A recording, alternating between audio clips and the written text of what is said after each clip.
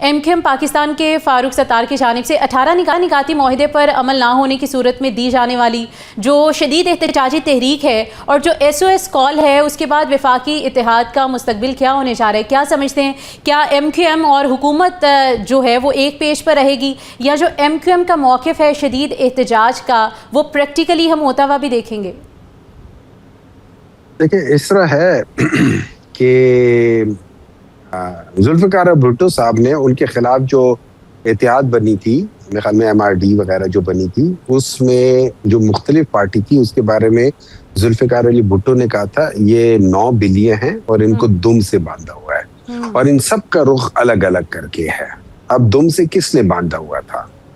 इसी तरीके से ये जितनी पार्टियां हैं, चाहे वो बाप पार्टी है, MQM है, पीपल्स पार्टी है, या PMLN है और या IPP है, इन सबको दुम से बांधा हुआ है और दुम से बांधने वाले के पास छड़ी और ये उनके होते हुए ये कहीं इधर उधर नहीं जा सकते, जो मर्जी कर ले, ये जितना मर्जी एहतजाज कर लेना, ये चटान साहब की पार्टी एंड में इन्होंने खड़े होना है नून लीग के साथ, बिकॉज वो ऑर्डर है इनके ऊपर कि भाई ये करना, दरमियान में छोर मोर जो मर्जी कर लो। इन्होंने आज तक किसी जगह पे नहीं किया। बाद इन्होंने किया था बेनजीर इनकम सपोर्ट का। अब मुझे नहीं पता कितना सच है कितना झूठ है, लेकिन एक जो सामने आ रही है वो है कि 5,000 खवातीन का एक ही शौहर निकल रहा है, उसका एक ही नाम, एक ही सब चीज आ रही है। आपको ये पता चल रहा है कि कम से कम पता नहीं कितने हजार लोग हैं कि जो हैं स्टाफ या जो क्या कह सकते हैं उसे, ये ब्यूरोक्रेसी में है, लेकिन वो तालिब इल्म बन के बीच में फायदे उठा रहे हैं। आपको कितने लोग हैं जो इस वक्त उसमें नहीं आना चाहिए आया, और ये याद रखें जब पाकिस्तान तहरीक इंसाफ ने बेनजीर इनकम सपोर्ट को जब कंगाला था, उसके अंदर 8 लाख इस किस्म की बेज़ाब्तियां थी जिनको करेक्ट किया गया था। हमने वो प्रोजेक्ट बंद नहीं किया था, हमने उसको बल्कि एनहांस किया था और बहुत बड़ा एनहांस किया था, क्योंकि एक अच्छा प्रोजेक्ट है गरीबों के लिए, तो उसको बंद करने की कोई तुक नहीं बनती है, ठीक है। तो हमने एनहांस किया था, लेकिन उसके अंदर बहुत ज्यादा प्रॉब्लम्स है। अब अगर हम ओवरऑल देखिए ओवरऑल इन चीजों से असल चीज हो जाती है आपके डिसीजन मेकिंग क्या है। मैं दोबारा बताता हूँ, ये आप एक दफा वो आर्टिकल पढ़ ले, ये उसका उन्होंने कहा है कि जो सबसे पहला गलत वो हुआ था ना, वो 1994 में हुआ था, ये पीपल्स पार्टी के दौरान में, जिसमें हमने ये राजा रेंटल का नाम भी सुना था और ये सारी चीजें होती वो बातें हुई थी, ठीक है। उसके बाद फिर हम लोगों ने हमने बाद में जाकर देखा था कि जो PMLN ने, या सॉरी उसके बाद उसने किया था अपना मुशर्रफ के जमाने में वो हुआ था, फिर उसके बाद 2015, इन 3 मुआहदों ने या इन 3 वक्त के मुआहदों ने इस मुल्क को आज 2.5 खरब रुपए का मकरूज 2,500 अरब रुपए का हर साल गर्दिशी कर्जा इनके इन 3 फैसलों की वजह से होता है। अब मैं बात बताता हूँ, वहां पे जब कोई मेरिट वाला आता है, कोई ऐसा शख्स आता है जो कि मुल्क के लिए कोई फैसला करता है, तो आज अगर हम 2.5 खरब रुपए का खसारा लेते सालाना, अगर इमरान खान ने जो कैप ना किया होता 148 पे डॉलर को 2021 में, तो आज हम लोग हर साल 2.5 खरब की बजाय 5 खरब का नुकसान उठा रहे होते, क्योंकि 148 की बजाय आज तकरीबन 280 है, तो ऑलमोस्ट डबल आपका हो जाना चाहिए। तो ये वो फैसले होते हैं जो मुल्क को बचाने के लिए होते हैं, और वो फैसले जो इन तीनों ने अपने अपने वक्त में किया है वो मुल्क को दबोने के लिए होते हैं। और आज देखिए, बिल्कुल सर, हम राजा साहब से भी उनकी राय लेते हैं जो आपने पॉइंट प्रोसीड किया है। राजा साहब, सिंध में पीपल्स पार्टी के वज़रा की जानिब से भी जो MQM ने धमकियां दी हैं, उनको कहा गया है कि ये सियासी ब्लैकमेलिंग है, और वो वापस में अब जबकि उनकी सियासत कमज़ोर हो गई है, और MQM का हमेशा से यही हरबा रहा है कि वो इस तरह की ही ब्लैकमेलिंग करती है, हुकूमत को कन्फ्रंट करने की कोशिश करती है। क्या समझते हैं जो हुकूमत है, पाकिस्तान मुस्लिम लीग नून है, MQM को मनाने के लिए क्या करेगी? अपनी कौमी इत्तेहाद की कुर्बानी देगी या एक नया आर्टिकल लेकर आएगी? देखिए, कोई ऐसी चीज़ नहीं है, इत्तेहादी जमातों में इख्तलाफात होते हैं, ये डिफरेंट पॉलिटिकल पार्टीज हैं, एक दूसरे के खिलाफ इलेक्शन लड़ती हैं।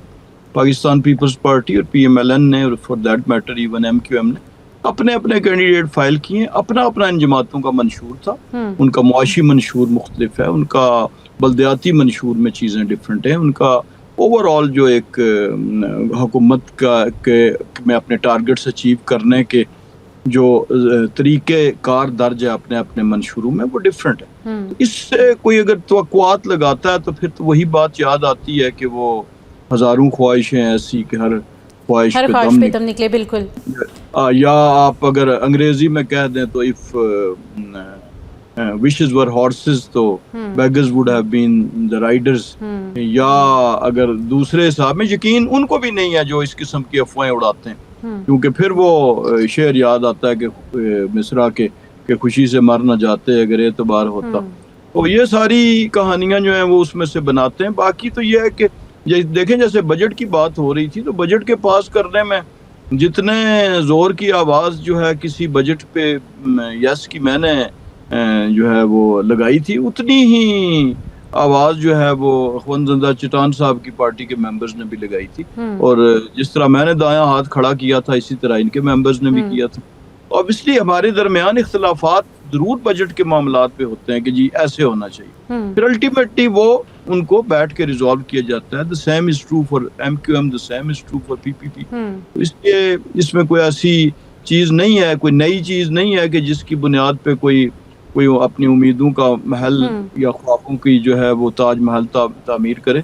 बिल्कुल ऐसी चीज़ नहीं है। ये हुकूमत जो है अभी जो बजट जिस तरह दिया है, और मैंने जैसे अभी कहा था कि ये पहला बजट है जिसमें chamber of commerce as well as chamber of industry दोनों ने इसको वेलकम किया। तो डॉक्टर साहब फरमा रहे थे कि होश की बात, तो वो तो मैंने तो अपने बचपन के होश की बात की थी कि उस वक्त तो चले हमसे शायद कोई गलती मेरे होश से होगी हो, लेकिन आज के टाइम में तो हम इनके होश से पूरी तवक्को रखते हैं कि अब इन बलूगत के अदवार में कि जब अकलदाड़ भी जो है वो अपनी पूरी मजबूती के साथ कायम दायम होती है, कम से कम अब हमें डिस्टिंग्विश करना चाहिए।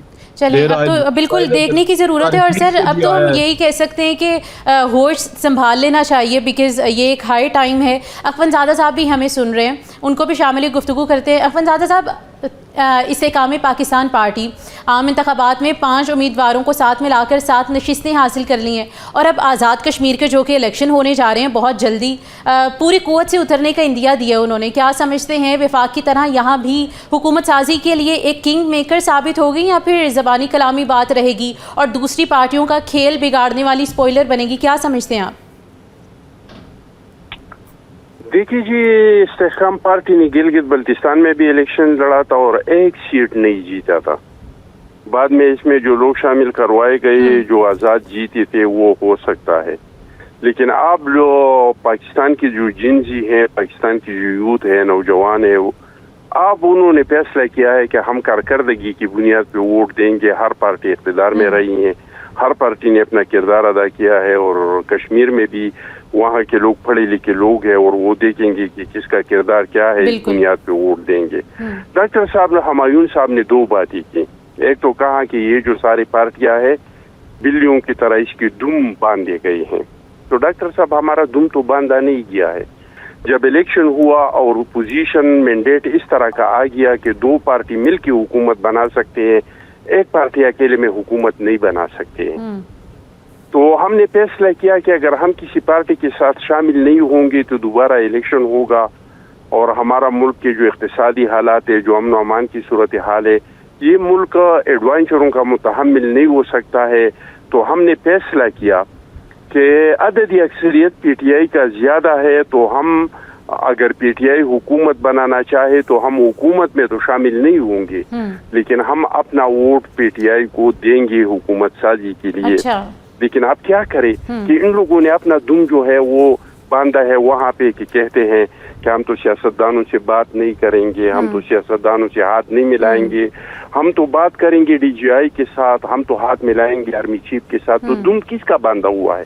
हमारा तो नहीं है। हमने तो फैसला किया था, हमने तो दावत दिया था।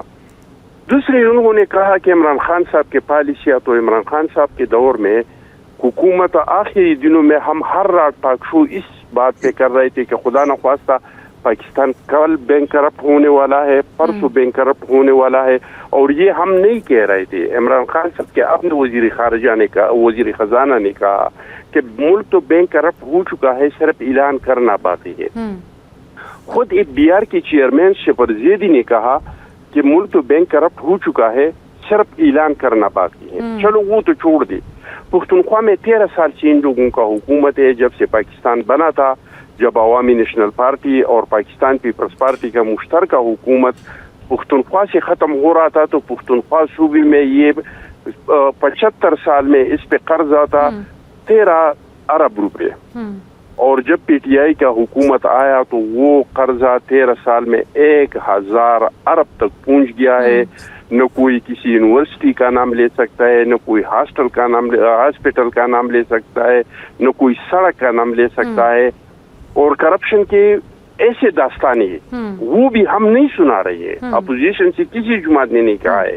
इनके खुद पीटीआई के अपने लोग कह रहे हैं कि किस तरीके से हो रहा है करप्शन और कैसा करप्शन पुख्तनख्वा में हो रहा है और किस तरह के नालायकी है, किस तरह के नाअहली है।